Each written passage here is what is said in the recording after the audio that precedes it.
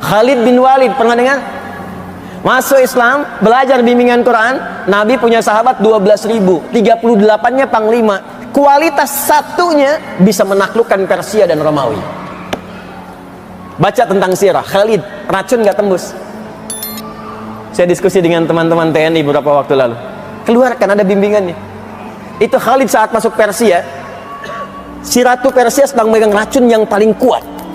Kata Khalid, apa itu? Ini racun yang paling dahsyat, paling kuat di Persia, nggak ada orang kemudian cicipi kecuali mati. Khalid ketawa, nggak ada kematian kecuali dengan izin Allah Subhanahu Wa Taala. Mana racunnya? Sini. Bismillahilladzi bismillah yadhurru syai'a. Dengan nama Allah yang kalau disebutkan racun pun apapun nggak akan berpengaruh. Minum sampai habis. Habis. Nggak ada apa-apanya, dibuang Khalid. Apa komentar ratu itu? Kata orang ini, kalau semua pasukan jenderal-jenderal muslim seperti ini, maka sudah tidak akan ada yang bisa menandingi sedunia ini. Sekarang siapa yang bisa minum begitu? Mana racunnya? Cari orang pintar, banyak. Makanya saya sering katakan khazanah ilmu sekarang itu kan warisan dari masa Islam. Ya, dan kita tidak boleh menyalahkan orang sekarang kalau dia pintar, karena dia belajar. Dia ambil saripatinya, dia praktekkan. Kita tidak mengembalikan ke situ. Silahkan cek penemuan-penemuan sekarang. Itu kalau Anda telusuri, kembali lagi ke masa keemasan itu. Pesawat-kah, atom-kah, aljabar-kah, geometri-kah, kembali ke situ. Bahkan sabun yang kita pakai tiap hari, itu penemunya itu dari orang Islam. Ya, bukan orang Islam biasa. Ya, yang terfokus pada pengetahuan, terinspirasi oleh Al-Quran. Saya bisa katakan pada Anda ini sipulan. Ibnu Sina, Al-Kindi, Al-Farabi, Al-Ghazali, Al-Khawarizmi, Al-Battani. Itu semua siapa? Pak, Ibu, tidak banyak orang tahu, silahkan baca sejarahnya. Mereka yang dari kecil usia 7 tahun sudah diminta orang tuanya mengerjakan 2 hal amanat Nabi. 1, sholat. Yang kedua, menghafal Quran. Hafal Quran. Ini ternyata kalau kita maksimalkan betul petunjuk ini dalam hidup, dari Al-Fatihah sampai dengan An-Nas, ada petunjuk yang membuat kita bisa tenang dan senang. Boleh jadi, maaf, kenikmatan hidup ini belum kita rasakan sempurna karena petunjuknya belum kita hadirkan dan belum kita praktekkan dalam kehidupan. Sekarang semua itu ada di sini. Tapi kan nggak bisa Pak kemana-mana bawa ini. Ibu mau belanja, petunjuk menawar dalam Al-Quran. Lama. Bapak mau rapat, petunjuk berkah dalam rapat, cari. Kelamaan. Ya. Bagaimana cara yang paling mudah? Lihat seperti Nabi pernah mengajarkan.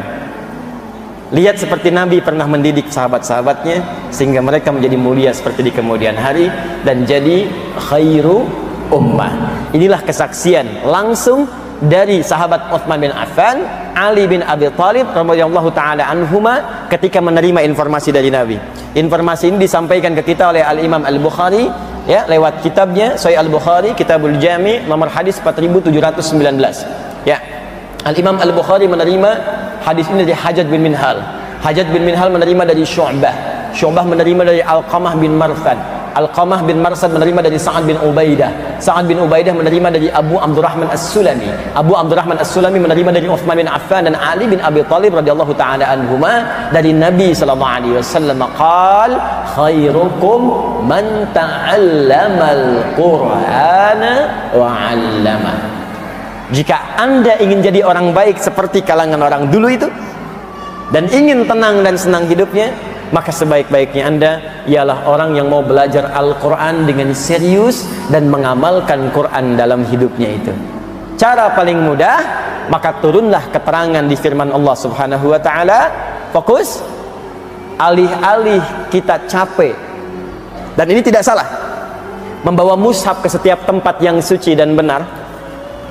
Kenapa tidak kita hafalkan dan tanamkan Quran dalam jiwa kita sehingga kita bisa bawa kemanapun dan jadi bimbingan dalam kehidupan kita?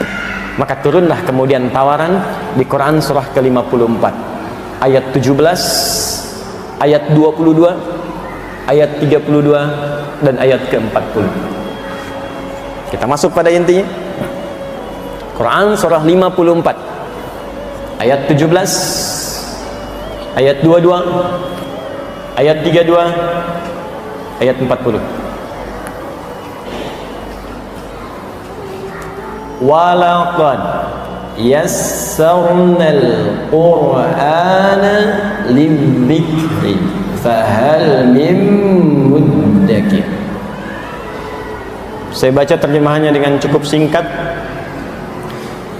Dan sungguh mesti diyakini dengan segala keagunganku, kata Allah, aku telah jadikan Al-Quran, aku tetapkan mudah, sangat mudah untuk diingat, dihafalkan. Fahal mim muddakir, maka jika aku sudah jamin itu mudah untuk diingat, dihafalkan, adakah di antara anda yang mau mengingat dan menghafalkannya? Ini tawaran dari Al-Quran.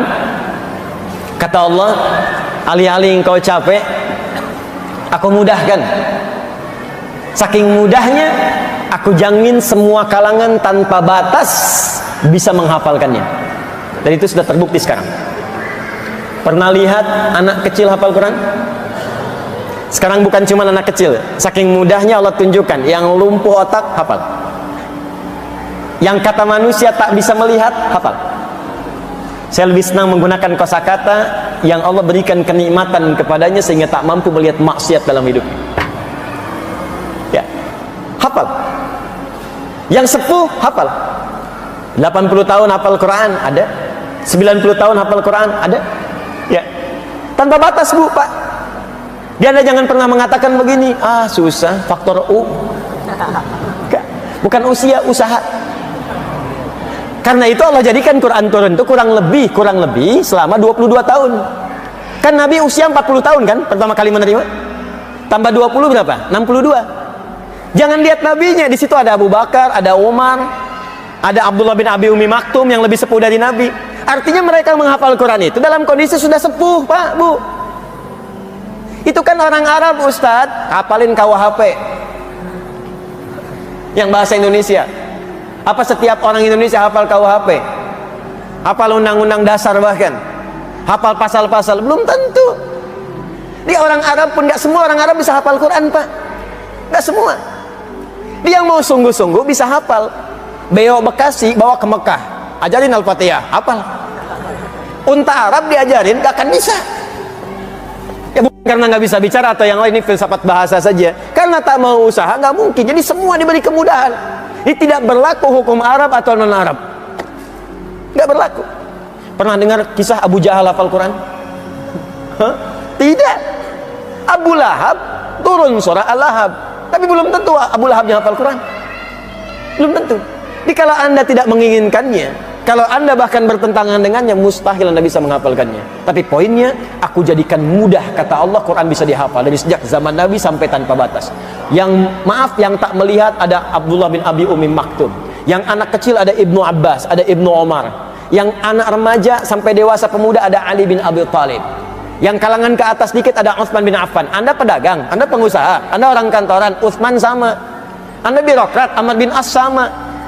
Anda punya kedudukan, Muawiyah juga punya. Tapi mereka semua ahli Quran, bahkan penulis wahyu. Maka saya tanya pada anda, sesibuk apa anda? Punya kedudukan sebesar apa? Anda telah menaklukkan apa?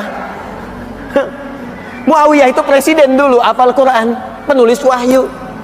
Anda telah mimpin apa? Kesibukan apa yang menghambat anda untuk jadi ahli Quran? Saya usaha, Ustadz, sekaya apa anda? Abdurrahman bin Auf kapaknya terbuat dari emas. Anda siapa? Mas Afsep, Mas Joni, Mas Cepi? Saya mau katakan bahwa Quran itu tanpa batas, Pak. Semudah-mudahnya. Mau pengusaha, maaf, mau diplomat, birokrat, punya kedudukan, mau ustadz, mau ibu rumah tangga, silahkan. Aku mudahkan semudah-mudahnya. Yakin? Siap? Nah, kalau sudah siap, kalau sudah komitmen, maka motivasi awalnya, kata Allah, mesti sesuai dengan tuntunan yang telah Allah tetapkan dalam Al-Quran. Jadi kalau Qurannya ingin jadi hudan, begini caranya. Karena nanti banyak orang menghafal Quran tapi nggak jadi hudan. Karena salah menghafal, Pak, Bu. Demi Allah saya katakan, tolong catat ini ya nasihat saya. Kalau anda titipkan anak-anak anda menghafal di tempat-tempat hafalan, termasuk di pesantren, tolong cek cara menghafalnya. Apakah jadi hudan atau tidak? Karena banyak sekarang orang yang hafal Quran, hafal surah-surah tertentu, tapi nggak jadi hudan dalam hidupnya. Penghafal Quran penipu, ada. Penghafal Quran preman, ada. Penghafal Quran pemalsu ayat, ada. Penghafal Quran tukang bolak-balik ayat, ada. Masa hafal qul semua agama sama? Berarti suratnya nggak menjadi hudan dalam dirinya.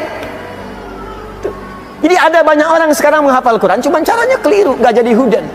Di penghafal Quran itu, Allah tidak melihat berapa juz yang ia hafalkan sampai dia wafat, tapi melihat apakah Quran itu jadi petunjuk dalam hidupnya atau tidak.